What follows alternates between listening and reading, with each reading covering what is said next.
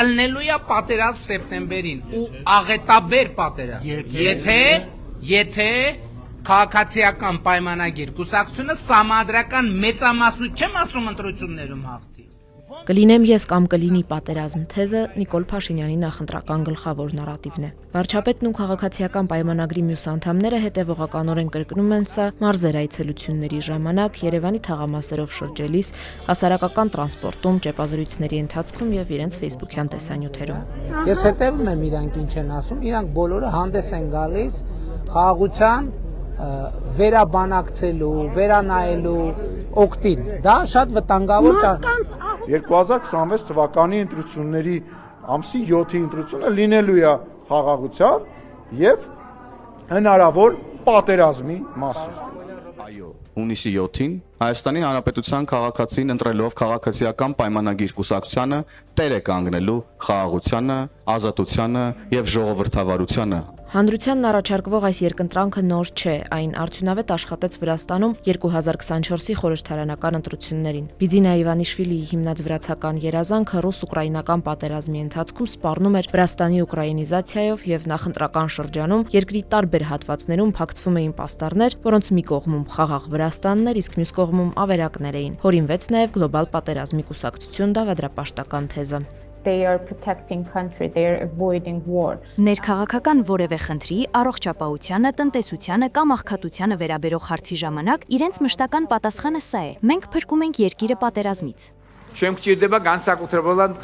Գլոբալ պատերազմի կուսակցության, գործակալների, լիբերալ ֆաշիզմի դեմը վերջնականապես առնելու համար պետք է մեծամասնություն կազմենք այս ընտրություններում։ Մենք պետք է առնենք այս ամենի դեմը, որ Վրաստանը շարունակի իր խաղաղ զարգացումը։ Global War Party was imagined as some sort of mythical. Գլոբալ պատերազմի կուսակցությունը հորինվածք է, միֆ, որն ասում է, թե արևմտյան երկրներում կան որոշակի շահագրգիռ խմբեր, որոնք գաղտնի կապի մեջ են Վրաստանի ընդդիմության եւ հասարակական կազմակերպությունների հետ, ինչպես նաեւ ցանկանում են երկրորդ ճակատ բացել Վրաստանում, թուլացնել Ռուսաստանը։ Ես կամ պատերազմ այս տեսությունը խաղարկում էր նաև Հունգարիայի նախկին վարչապետ Վիկտոր Օրբանը 2026-ի ապրիլի 12-ին կայացած խորհրդարանական ընտրություններին ընդառաջ։ Վերջինս երկիրը պատերազմից փրկելու մանդատ էր խնդրում եւ գուժում, որ հակառակ պարագայում Հունգարիան կվերածվի Ուկրաինայի, հունգարացիների փողերը կողվեն Բրյուսել, այնտեղից էլ Ուկրաինա։ Mindenkinek javaslom, akinek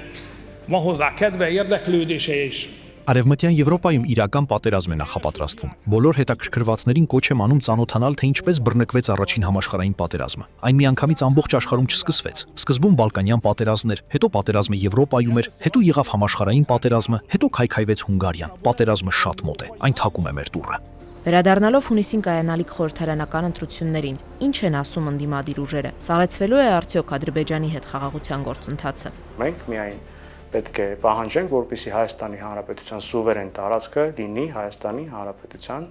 տնօրինության եւ տիրապետման տակ։ Ասել ռևանշ չի լինելու, դա քաղաքականապես ճիշտ է, որովհետեւ տրամաբանորեն անհնար է այս իրավիճակում խոսել նրանից, որ մենք կգանք իշխանության եւ ռևանշով հետ կվերցնենք Արցախը։ Դա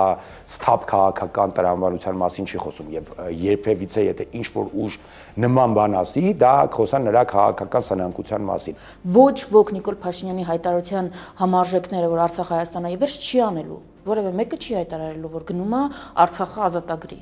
Խոսքը տարածքային ընդհանրապես մեր վեճը տարածքային չի եղել, կոնֆլիկտը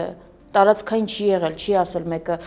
այսինքն հայկական կողմը երբեք չի ասել, այսքան տարածք եմ ուզում դառնալ։ Խնդիրը իրավունքների պաշտպանությունն է։ Մենք խոսում ենք իրավունքների պաշտպանության մասին։ Ընդդիմադիր ուժերի խոսքով որակարգում լինելու են արցախահայերի վերադարձը, Հայաստանի Հանրապետության սուվերեն տարածքի որոշ հատվածների դեօկուպացիան, ինչպես նաև մշակութային հարցեր։ Հայաստանը չպիտի Ադրբեջանի պահանջով հնազանդորեն փոխի սահմանադրությունը։ Ադրբեջանը օկուպացրել է Հայաստանի Հանրապետության սուվերեն տարածքը Սև լճում, Վարդենիսում,